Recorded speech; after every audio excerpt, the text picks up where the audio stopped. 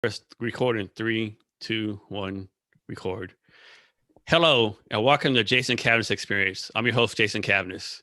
The Jason Cavness Experience is brought to you by Cavness HR. At Cavness HR, we deliver HR to companies with 49 or fewer people. Cavness HR, focus on your business. We've got your HR. Our guest today is Rand Fishkin. Rand, are we ready to be great today? Yeah, let's do it. Rand Fishkin is a co-founder and CEO of SparToro.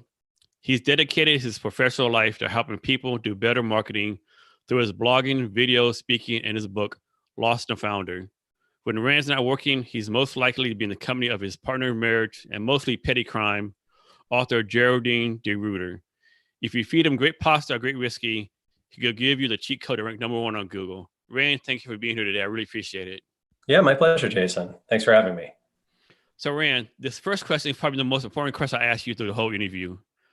What are your go-to whiskeys?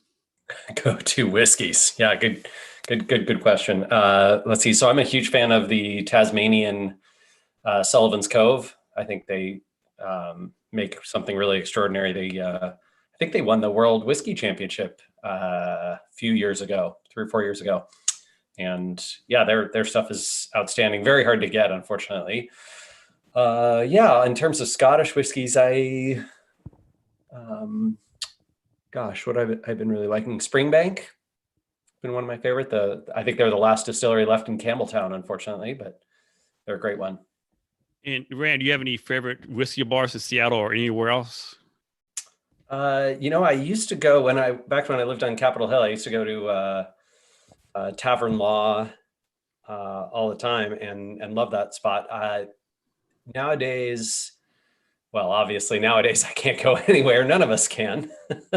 But when I visit Portland, I try to visit the Multnomah Whiskey Library. I don't know if you've ever been there, but pretty extraordinary experience.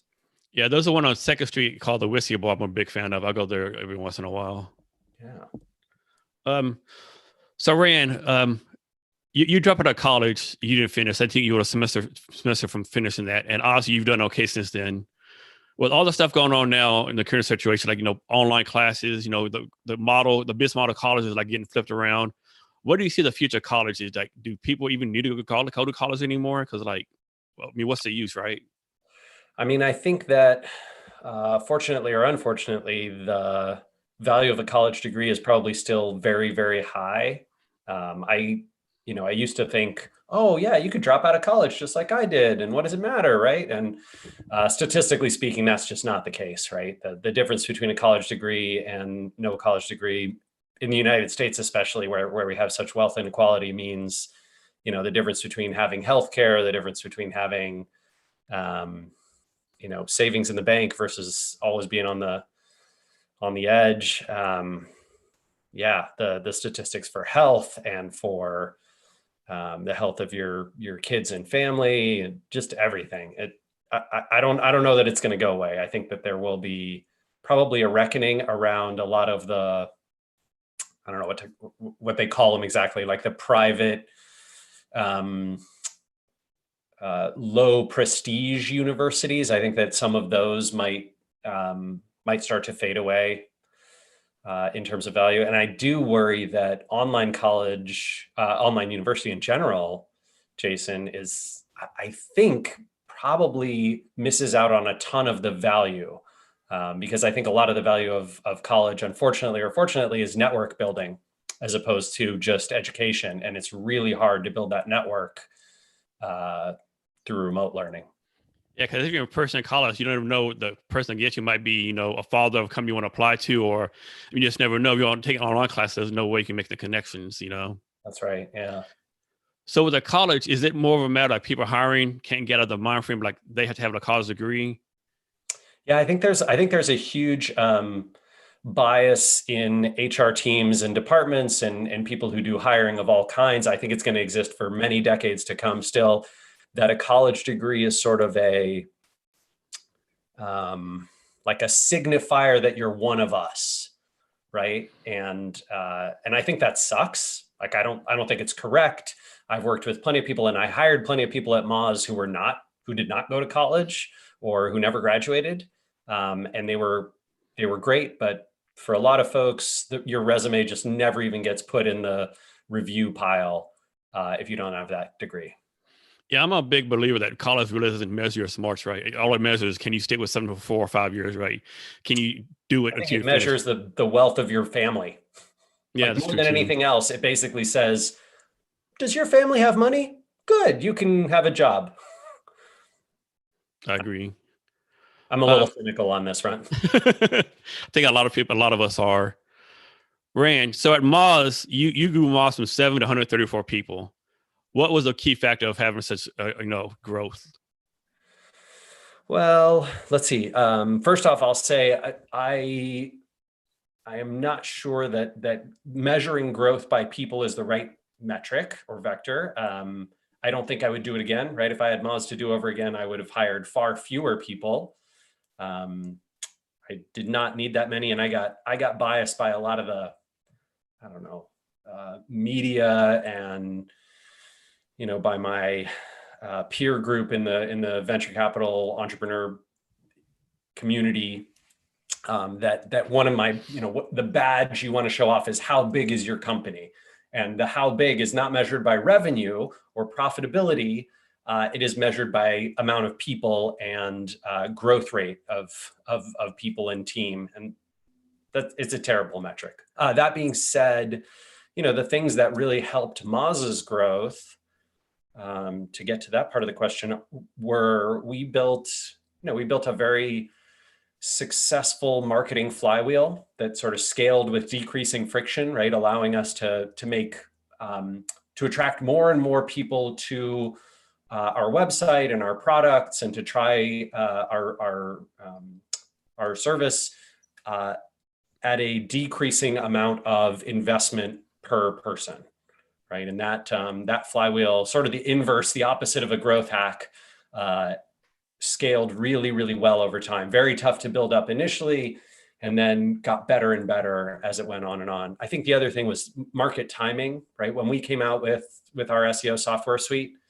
almost no other SEO software products existed. None of them were cloud-based. None of them were really good.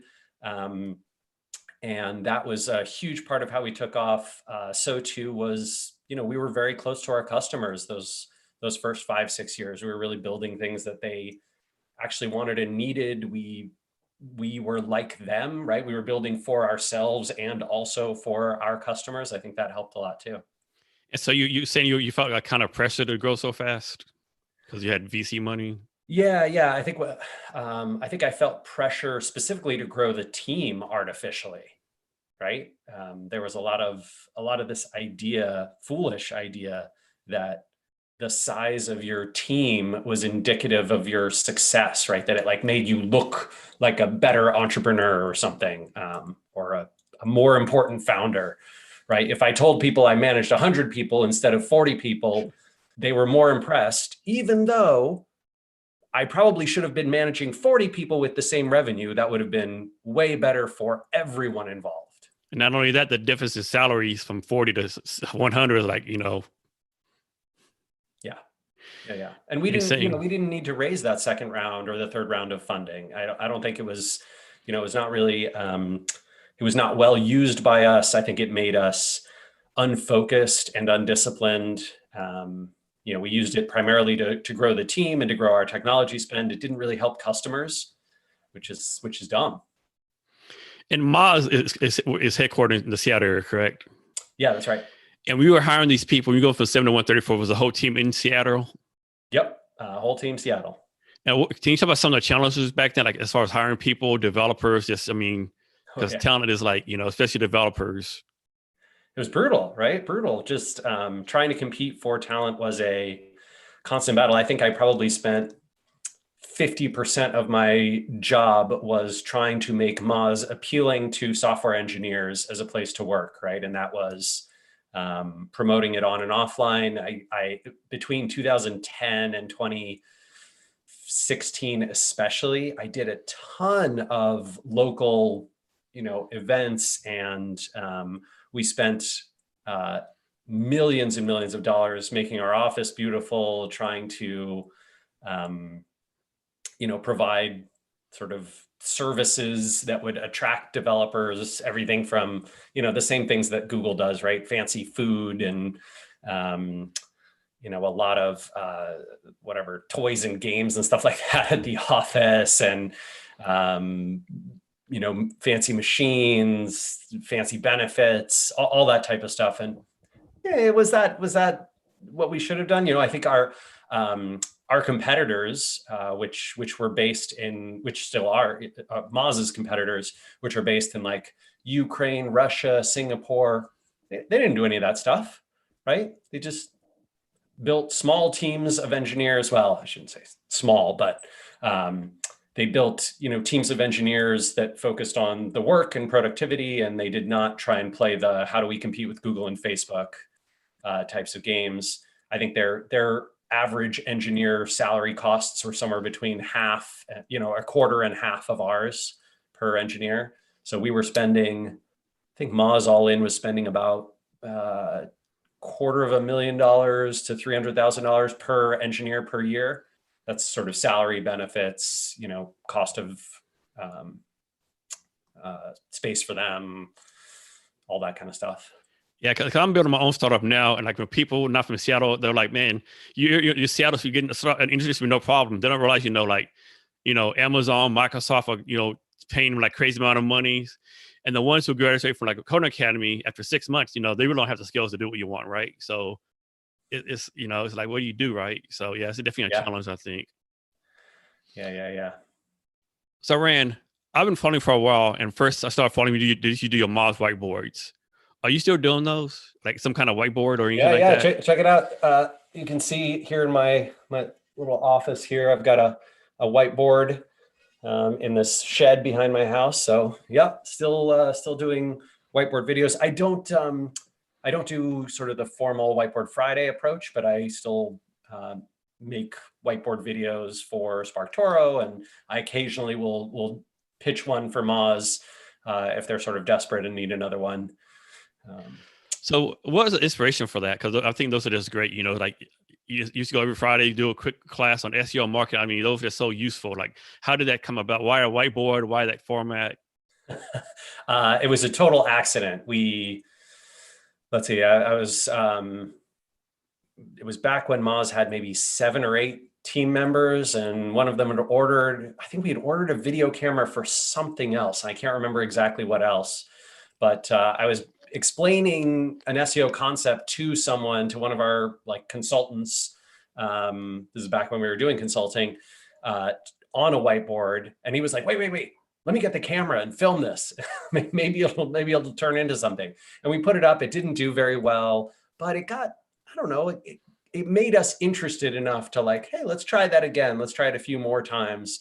And really what it did at the time was save me from writing a blog post. I was blogging 5 nights a week, and it was really nice to have Thursday night off and get an extra free night and have that video turned into a blog post. So that was the initial motivation. And then Whiteboard Friday started picking up traction.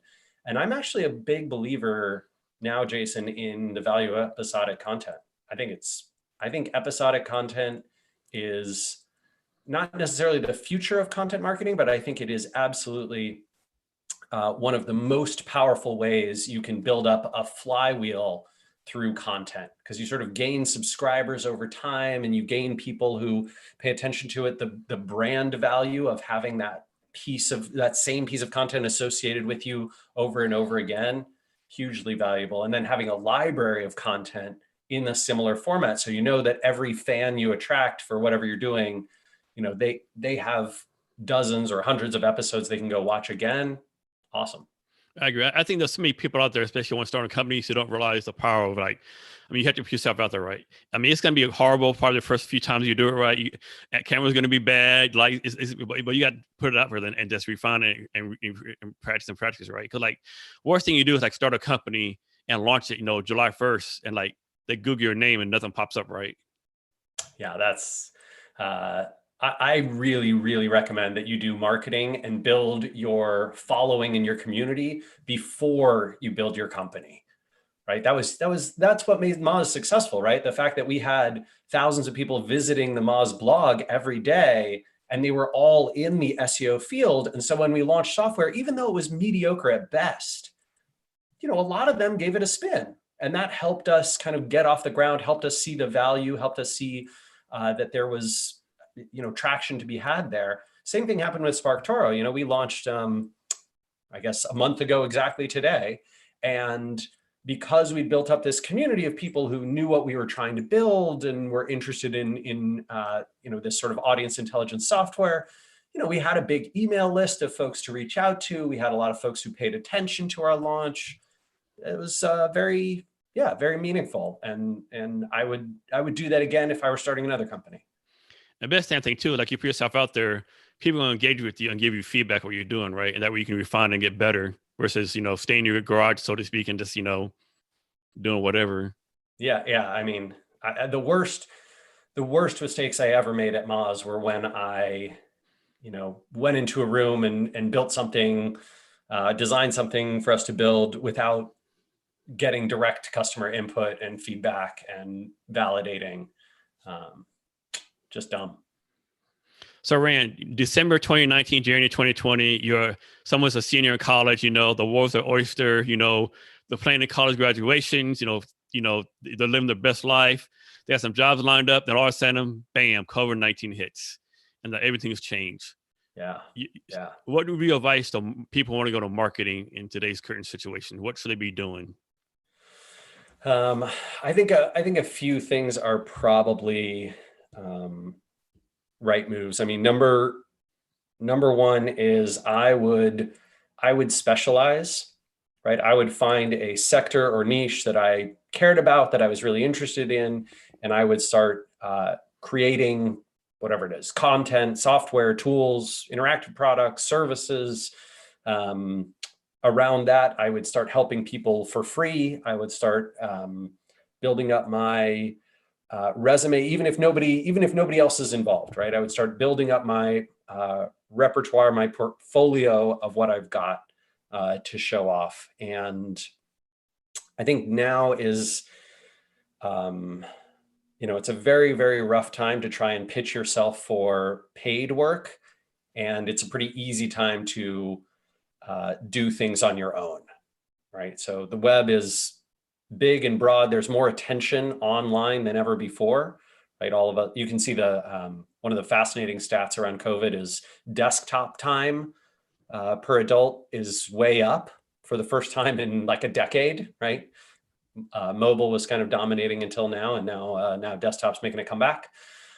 So I think there's opportunity there. The other thing I would say for sure is if there are skills that you want to invest in, now's a very decent time to do that as well, right? I think now's a great time to be creative, invest in your artistic side and your fun side, especially if you can afford to. That's not a bad use of time either. And as far as getting a job goes, I would pay attention to sectors that are growing despite the pandemic. So you can see a few of those, right? E-commerce is growing considerably and pretty obviously. A lot of online tools, a lot of things that help with remote work, a lot of things that are centered around saving people and businesses money rather than helping them with growth. That sort of positioning has switched. So those are sectors that I might invest in. And we've done the same thing with SparToro, tried to think about like, hey, how do we help businesses that are, I don't want to say like positively affected, but have a positive trajectory coming out of this pandemic. And I'll tell HR people the same thing all the time. Like people trying to find a job at HR, like I tell them, don't find an HR job, find an industry you want to work on, learn that industry, and then get an HR job, right? Sure. Yeah. Instead, like, spraying like all these jobs, find an industry you want to, work in, whether it be tech or, maybe the fish industry or whatever the case may be. And the thing is, like, the economy is bad, but people start hiring, right? I mean, because I did a job webinar about a month ago, and I found a link where it's like these 200 jobs come to start hiring, right? So there's still jobs out there. Yeah. There are, and there will be again, right? I think that my expectation is sometime in the next 6 to 12 months, there will in fact be a lot of the demand loss that not all of it certainly, but a good portion, maybe half of it or more, half of that demand loss is in fact just pent up future demand, right? It's basically pause, not a true death of all this consumer demand, business demand. And so you're going to see an upswing, and there will be a lot of hiring needs. I think we'll probably see half of the jobs that have been lost in the United States recover relatively rapidly sometime between 6 and 9 months from now. And then to go back to the economic discussion about colleges, right? I think another thing too, like it's just everyone's economic situation is different, right? So suppose there's two graduates, one graduate, had, came from a well-off family, they can go live back home, so they can probably, like take a break, or work for a startup for free, right? Or someone else comes from a single parent household, and this family's counting on him to get a job like right now, right? I mean, totally. So there's one who can go work for a startup, people for a startup, the startup takes off, he gets, pretty good money when they go IPO, exit, whatever. Other guy with a bad economic background, he has to work 9 to 5 in the BS job, making like 60,000 a year for the rest of his life, right? So like you said, it's all back to the economic situations. Yeah, well, and startup world, right, is extremely, it's much riskier than I think people make it out to be. Even if your startup, takes off, so to speak, most of the people at a startup that is very successful will make no money, right? Less than they would if they worked at a big tech company or a big company in general, because of the way stock options work, dilution works, future funding rounds work. You could get extremely lucky and have that like IPO hit, but it's such a crapshoot. It's remarkable to see what % of employees at unicorns, right? The $1 billion plus valued tech startups actually have real paydays. It's tiny. And we're going to talk about this later, but the thing is, like, most startup founders have no idea about equity, investing, that kind of stuff. So the regular employee definitely has no clue what's going on. I mean, the media has done a good job of selling everyone on the sexiness of it, Well, and right, the venture industry sort of foots the bill for a lot of the media around this, indirectly and directly. And so there's this infuriating false narrative that's been crafted in the entrepreneurship and startup space that essentially, you could hit it big, and the chances of hitting it big are just miserable. My own example is not a perfect one, but Moz is a $55 million a year company, maybe more than that. It is profitable to the tune of 10% a year, so kicking off $5-6 million a year. Growing but slowly, right? And it's basically a venture failure, right? The stock I hold. To me, this gets crazy. $55 million company you consider a failure, and that's like, what? Can we all fail like that? Right, sure, yeah. But and this is the problem, right? Because once you raise venture, if you're not that sort of $1 billion unicorn or 100 million revenue plus company growing at hopefully about 20 to 30% year over year or more, with certain kinds of margins and certain types of, churn profiles in your customers, blah, blah, blah, blah, blah. You're just not a fit for the model. And therefore, it just doesn't work out well. So, when I left Moz, my stock, I still hold, almost 20% of the stock in Moz. I think maybe 18% of Moz's stock, but it's not liquid, right? It's not like I can use that money to buy a candy bar. Like, it's not, right? So I have some savings from my salary, and, my wife sold her book and I sold mine, and like that, that sort of, those dollars exist, but the money from us, who knows? Will it ever turn into something? I don't know, right? And I was making an under market salary my entire 17-year career there. I would have made way more, way more as a junior software engineer at Google or Amazon. So we're going to keep on the subject. For your new company, SparToro, you went about fundraising in a different way. Can you talk about your process for that?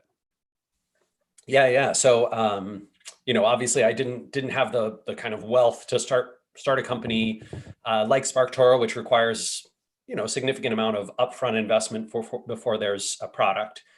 And so we raised money from a number of angel investors. They put money into our LLC. So they own units of the LLC, and that those units essentially entitle them to kind of a profit sharing model.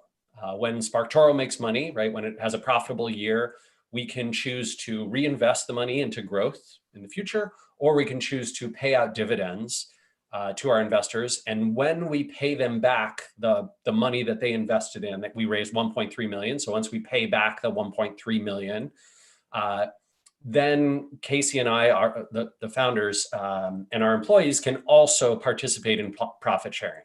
So kind of our first goal is like get investors their money back, and then everybody participates in profit sharing pro rata, the amount of ownership that they have. It's weirdly unique, but it makes a ton of sense. The only reason why it's not popular anymore is because in the 1970s, a bunch of very wealthy people lobbied the U.S. government to extend the capital gains tax rate to investors in private companies who held their stock for more than a certain number of years. And so venture capital sort of was built on this model of I can get long-term capital gains rate on my investments in venture-backed sorts of stocks. And so if you were to take that capital gains rate away, SparToro's model, is a clear winner.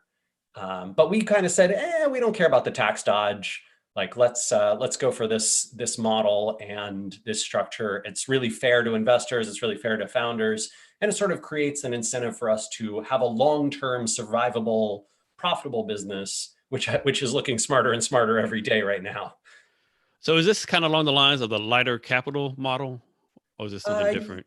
Yeah, let's see. So lighter capital, indie VC, earnest capital, tiny seed fund, right? There's a handful of these, Clearbank up in Canada. There's a handful of these like alternative investment structures that I think are trying to present some competition to the venture space. And I hope there's going to be some oxygen in the room and the media narrative for those companies. What I worry about is that there's such a focus, especially in the American press, on a few big companies and how these unicorns hit it big, as opposed to, hey, look, here's 100 companies that are profitable and successful and survive and kind of do well year to year, versus here's one company that hit it big and the 900 companies that died in the same portfolio, right? It just doesn't. I don't know why that story is so much sexier to tell, but unfortunately it is. And so that's the narrative that kind of pervades the entrepreneurial atmosphere right now. So for this model you use, I mean, of course, like you're Rand Fishkin, right? You're pretty well known. I mean, you're a known name. Yeah, and like, reasonable. And I saw the investors and you had, right? There's some pretty big names in there. At least I know who they are, right? I mean, can someone like me, I don't see how I could use this model, right? Because I went to a VC angel investor with your plan. They would probably like throw me out of the office, right? So how would somebody like me? So we've 3 other startup firms, probably companies that you have not heard of, founders that I hadn't heard of, with investors that I hadn't heard of, use the SparToro funding model to raise money for their businesses as well. And so I kind of disagree. I think anyone can use this model. It's very, very investor friendly, right? If you're an investor and you say, well, gosh, I put money into 10 startups, 2 of them raised venture, maybe in 10 to 20 years, I'll know whether I did a good job investing. Right? A lot of investors that we talk to, angel investors who have $25,000, $50,000, $100,000 to put into something, right? If they like your company, they might see the SparToro model as being far more compelling because they put it in, and then within the first few years, hopefully you are paying them back dividends every year. Instead of having to wait really for meaningful. Someone to buy the company or do an IPO way down the road. Right. If there is an IPO, or if someone buys the company, they win huge, just like they do in a venture situation. The only difference being, instead of getting capital gains tax rate at 20%, they get ordinary income rate at 35 or 40%, right? So they're paying more in taxes if there's a huge win. That is the fundamental core downside to the SparToro model versus the venture model. The positive side is you and they have a shared incentive for being for getting to profitability rather than maximizing growth and sort of, or die trying, right? And the gap between the couple of unicorns and the rest of the portfolio for the vast majority of venture focused startups, I think makes that model much less compelling than a model focused on getting to profitability, paying your investors back, right? Because then they haven't lost anything, right? If you put 20 grand into SparToro and 3 years from now, you've gotten 25 grand out of it, you're kind of like, great, I love it. That's nice. And then someday there might be a big payday too.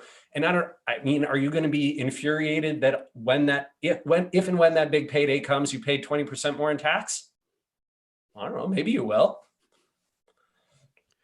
So with your model, do you think most VCs and angel investors will be willing to change their mind, like change their mindset? I think some of them are like on the mindset, Super Bowl champion, nothing at all, $1 billion company or failure. Oh, absolutely. No. They have that bifurcated mindset and they are locked into it. And I don't think, with the exception of a few of these folks who talk about earnest, lighter capital, Indie VC, right? Clearbank. I think most, like a lot of people around their mindsets broadly, once you have an opinion, you will reject all evidence.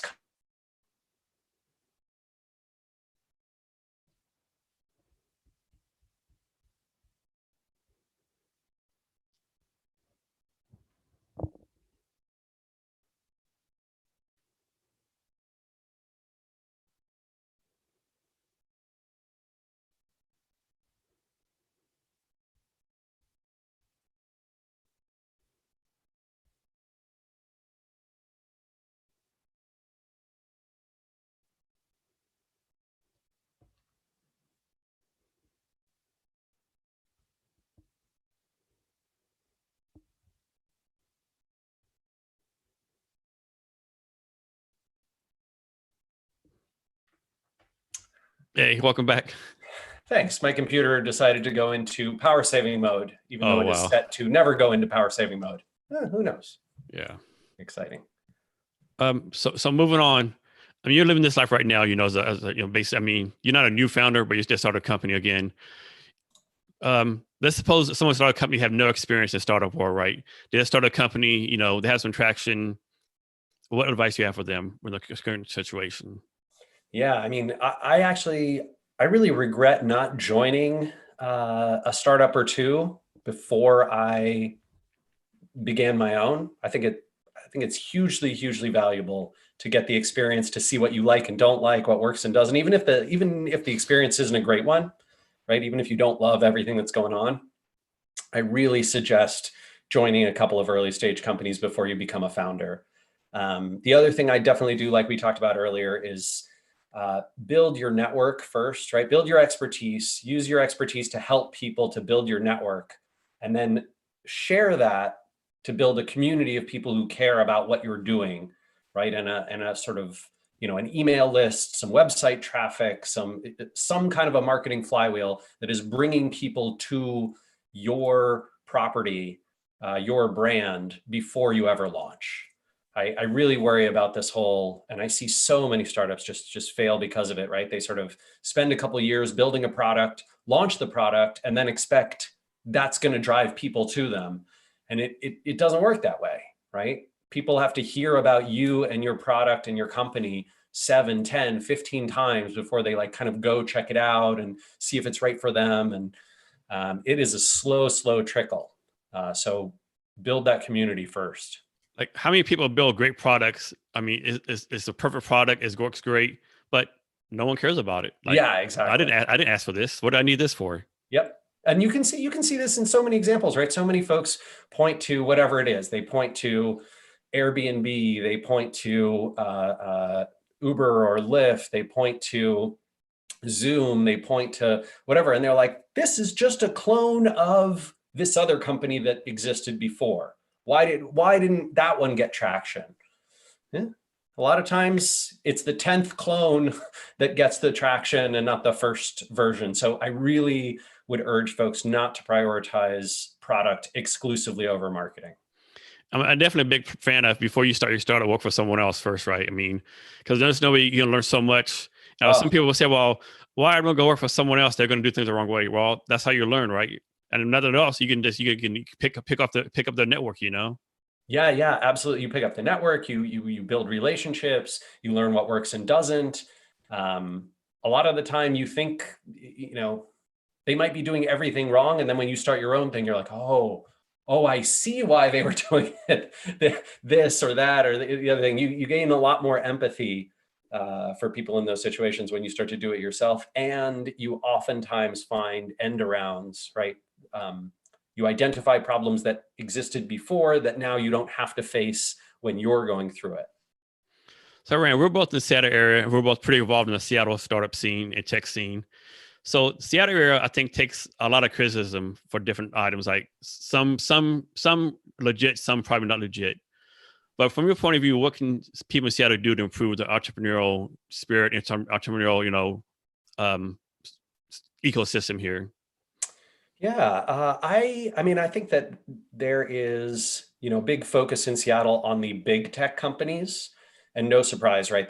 They have extremely generous compensation, and there's a lot of security in those companies. I think that the startup world of Seattle needs a few things. It needs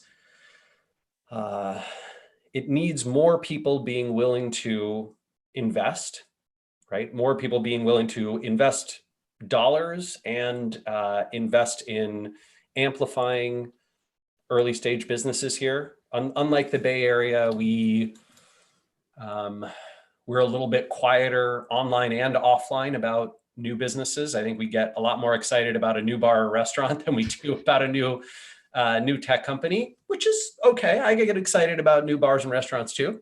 But I think that is something that needs to change. I think there is a lot of opportunity for new businesses to exist in Seattle. There's just not as much risk tolerance culturally. And so I think that's probably something that has to change. And part of me thinks that alternative funding models are the way to do that, right? If you look at the outcome of venture-backed companies and you say, man, whatever it was, 40,000 startups raised a seed round or more last year. And in 5 years, less than 1,000 of those will survive. I don't like those odds.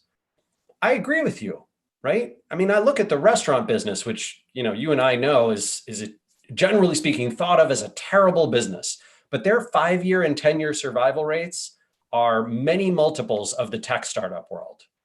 And so I think part of what we need is if we're going to have this cultural aversion to risk, we need to think about how do we fund and incentivize startups to survive rather than purely grow or die trying. I agree. And from my limited point of view, I know 5 startup founders who couldn't even get meetings in Seattle, right? Yeah. And I went to the Bay Area, I went to one Bay, 2 Austin, 1 New York, 1 Boston, got funding in 6 months, right? But yeah, and I mean, some of that's anecdotal, but it's also true that Seattle does not have great venture funds, right? We've got a few local venture investment companies, but a very, very small number, literally 5 or fewer, right? We're what are we? I think we're 40 times the size of Boulder, Colorado, and have fewer venture firms. It's a little weird, right? And the reality is also that I think we have very unwilling to invest angels. I don't know why that is. We have a ton of millionaires. There's a lot of money here. There's a lot of people who should say, why would I put 25 or 50 grand into the stock market? I want to invest in my local community. I want to see more tech companies. I want to see more diversity in the field. I want to see more competition. I want to see more Innovation. I want to see more uniqueness. Let me put my money where my mouth is, right? As opposed to, oh, I wish somebody would do that, but certainly isn't going to be me. Yeah, so before the COVID-19 hit, I was going down the Bay Area a lot, spending time there. I asked a person this question, right? He said, and this was his theory. In the Bay Area, all the investors have been former entrepreneurs, former startup people, they've been ecosystem. He said his theory was in Seattle, most angel investors are former Microsoft, former Amazon employees, big corporations, so they really know how to invest, and that's his theory, which kind of makes sense. You want to think about it. Yeah. I mean, my suspicion is we only need a few dozen, a few hundred people can make a huge difference here. And that is, I think that's both inspiring and frustrating, right? It's frustrating that it doesn't exist yet. And it's inspiring in that if you're listening to this, or if you're wondering whether you can make a difference, the answer is absolutely. I think one thing too, with people in Seattle, we have to get a read the notes that we want to be the next San Francisco, right? No one's going to top San Francisco. They have a head start. No one's going to top them, but we can be the best Seattle system, I think. Yeah, no, I mean, I think this is where Seattle has an opportunity to lead and succeed, is to be an alternative, right? Not to say, how do we build a second market that's not quite as good, but follows in the footsteps, and rather to say, hey, are you thinking about starting a tech company, but you don't want the pressures and problems and structural insecurity of venture? Seattle might be awesome for you, right? Yeah. Seattle might be an alternative place. And I think culturally, that's what we're built for, right? Seattle has always had kind of a counterculture to the mainstream, whether it's in food or music or arts or culture. Yeah, that's what I'd like to see from us. Yeah, I can't remember. I know Universe Watch has like a startup incubator, and they're doing a lot of great stuff in AR, VR, AI. I mean, to me, that's the place to invest, right? I mean, all that stuff they're doing up there. Potentially, I think there's surprisingly a ton of opportunity still on the table for very, what do I want to say? Very simple sorts of technology products that just serve underserved markets, right? There's still a ton in healthcare and education and finance and content and e-commerce and supply chain and publishing and toys and games and a million other things, right? That just frankly are underinvested in because they're not hot. They're not like the sexy thing everyone's talking about. SparToro, my company, we were like, AI, AR, VR. We basically took a look at the list of all the, hot trends, and we're like, nope, we're none of those. Not interested. It's like, I don't care about that. I care about building a product that my customers actually want and will find useful, and that taps into a painful problem point in the market that's underserved. Yes. I mean, there's definitely a lot of problems that need to be fixed in the world.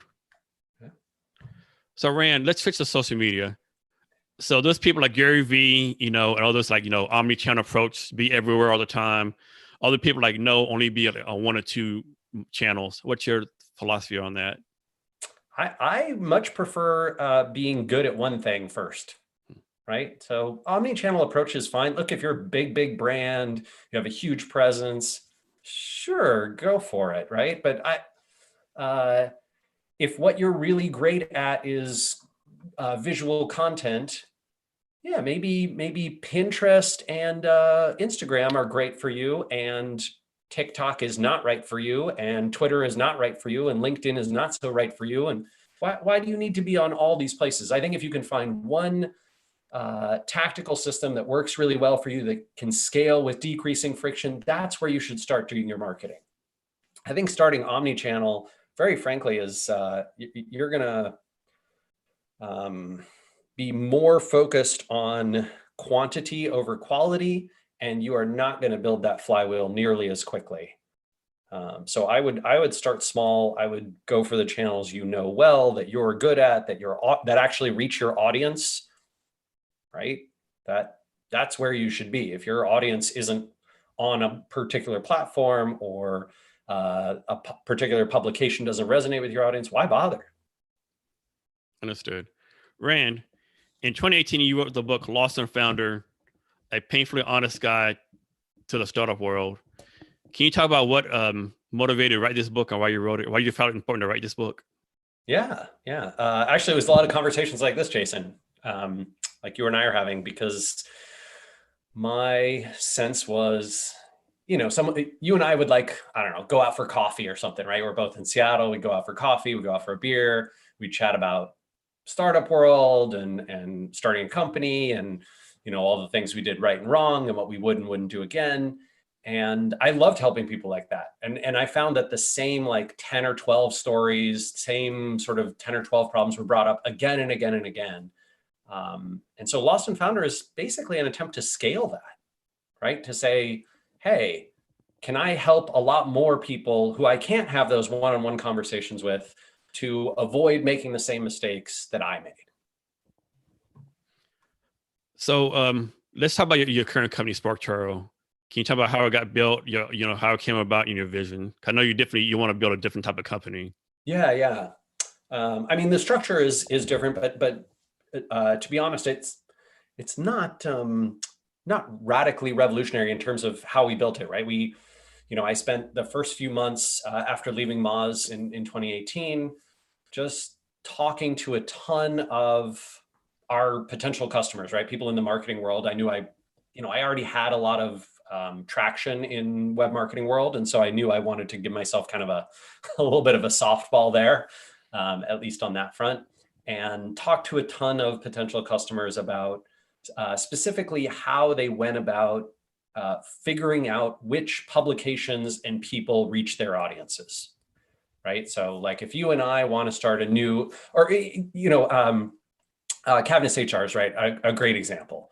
So, you want to reach people in the HR field, right? People who have maybe things like HR director in their title or VP of people or those kinds of things, right? And that space really well. So you probably already know the people in publications that a lot of folks follow. But if you're new to the field and you want to go, right, you're a consultant or an agency, or you're just hired marketer, or you're building a new product or focusing on a new segment, figuring out that stuff is so hard. And right now, a ton of marketers just throw money at Facebook and Google. So we saw folks doing that, trying to figure out the targeting by doing like surveys and interviews, but self-reported data, as you know, is pretty crap for that. And we were like, oh, there's a couple of really savvy folks who basically have, in-house developers, engineers who built crawlers. They fed their email list of their existing customers into something like Full Contact, which gives you like all their social profiles. And then they'd go crawl all those social profiles and aggregate them, pull everything that they followed, shared, linked to, and then build that as like their targeting list. Right. So now we know these podcasts, publications, conferences and events, webinars, email lists, websites, social accounts, right? These are the ones that are paid attention to by our audience. And Casey and I went, that's smart. That is really smart. But it sucks that they have to spend like $100,000 in 6 months building that. and they only use it for themselves. Like, let's build that for everybody. And so that's where the idea for SparToro comes from. And what's your vision for the company? I mean, I think we are hoping very much to build it into something that is truly useful for a ton of people and see what results from that, rather than having like we want to be a $100 million a year company, or we want to be we want to hire 50 people in the next 2 years, or those kinds of things. My goal is solve this problem and then see how big this problem is, right? And see where we can get to. So I want to stay laser focused on solving the question of what are the publications and people that my audience pays attention to, answering that as quickly, as accurately, as thoroughly, and as valuably for our customers as we can, and then figuring out how big that market is and what else people need on top of that that we could potentially build.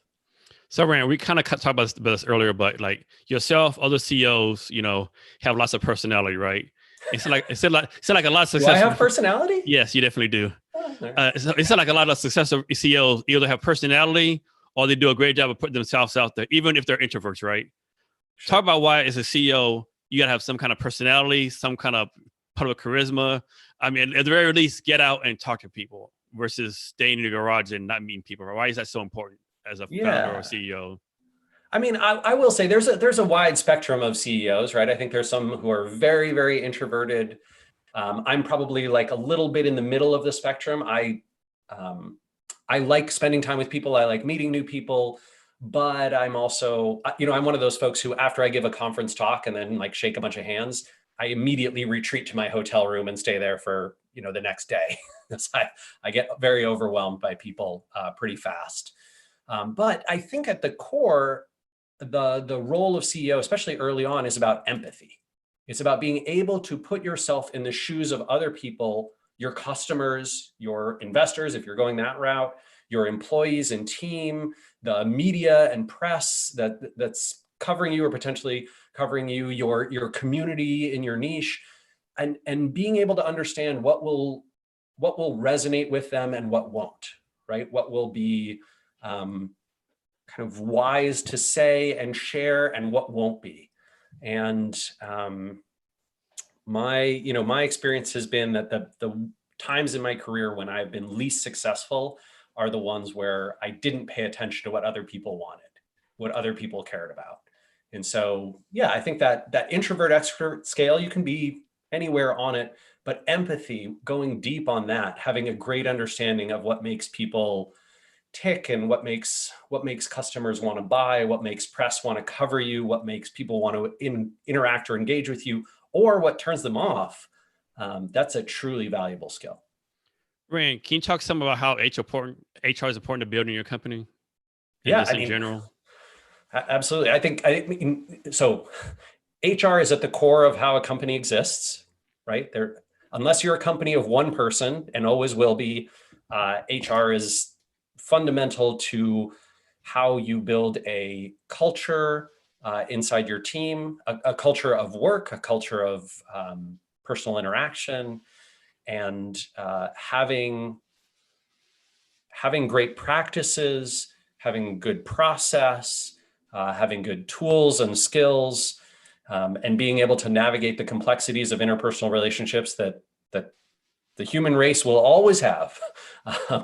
This is core to building a great company. I don't think you can make a much wiser investment than nailing HR.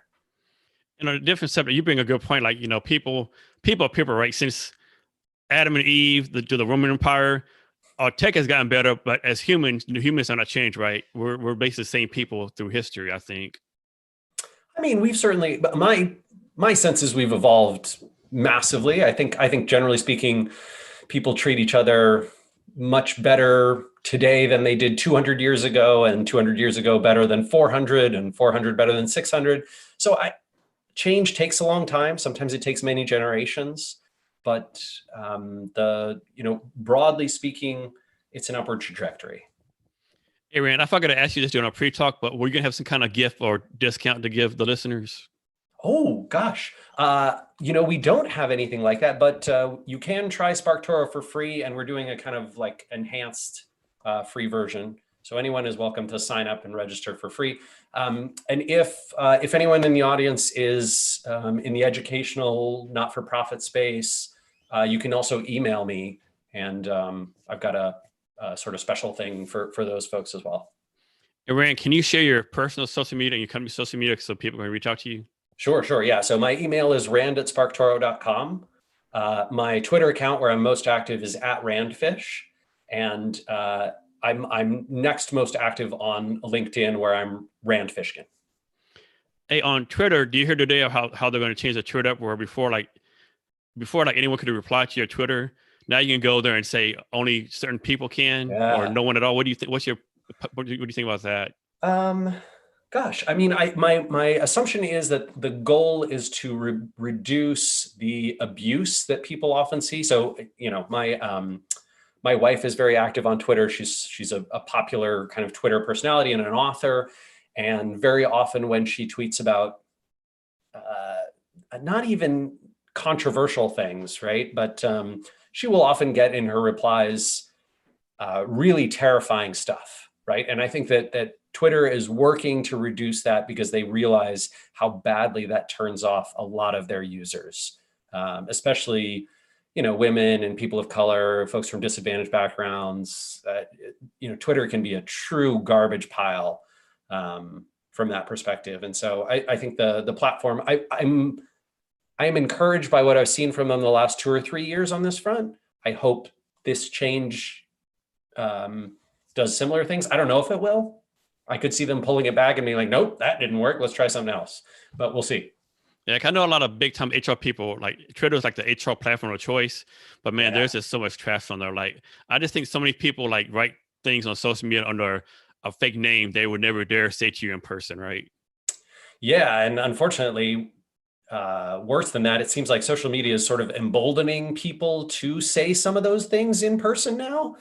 I don't know. I mean, there's a wide variety of opinions about why that behavior is resurgent in the United States. But yeah, I would love to see people feel a lot more shame about their racism and sexism and derogatory language and just general shittiness. Yes. And to our listeners, we're going to have the links to Rand's gift and his offer and his social media on our blog, on our show notes. And you go to the blog at www.canvashrblog.com and be sure to share this episode with your friends. So Rand, we're coming to the end of our talk. Can you give us advice or wisdom, anything you want to talk about? Sure. Gosh. I mean, one of my big things that's proved valuable for me personally is if all the media and coverage and the environment you're swimming in and your peers around you are going in one direction, it can be really valuable to choose a different one. I'm a big believer in being the exception to the rule. Rand, thanks for your time today. Really appreciate it. My pleasure, Jason. Thanks for having me. And to our listeners, thank you for your time as well. Remember to